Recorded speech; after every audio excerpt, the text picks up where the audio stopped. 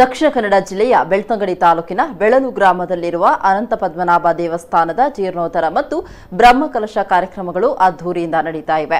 ಈ ಹಿನ್ನೆಲೆಯಲ್ಲಿ ದೇವಸ್ಥಾನದಲ್ಲಿ ಆಶ್ಲೇಷ ಪೂಜೆ ನಡೆದಿದ್ದು ಬಿಂಬ ಪ್ರತಿಷ್ಠಾಪನೆ ಕೂಡ ನಡೆದಿದೆ. ಇಂದು ವಿವಿಧ ಧಾರ್ಮಿಕ ಕಾರ್ಯಕ್ರಮಗಳು ನಡೀತಾ ಇವೆ.